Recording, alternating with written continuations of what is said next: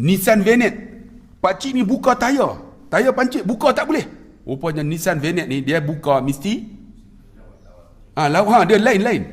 Pakcik ni bukan buka, lagi kunci. Dia ni budak ni foreman, dia bagi pakcik, kenapa ni?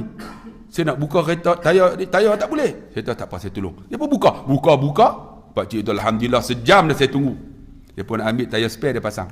Pakcik tu kata terima kasih lah nak, dia pun seluk, dia bagi. Dia bagi, dia tengok, Allah. Dia telefon saya, Ustaz, silap Ustaz. Saya bagi RM5 minta balik. Ustaz, tengok 200.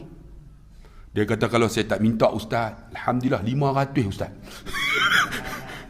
Dia minta balik RM2, dapat 200. Kalau dia tak minta 500 tuan. Kerana apa? Hebatnya pahala sedekah.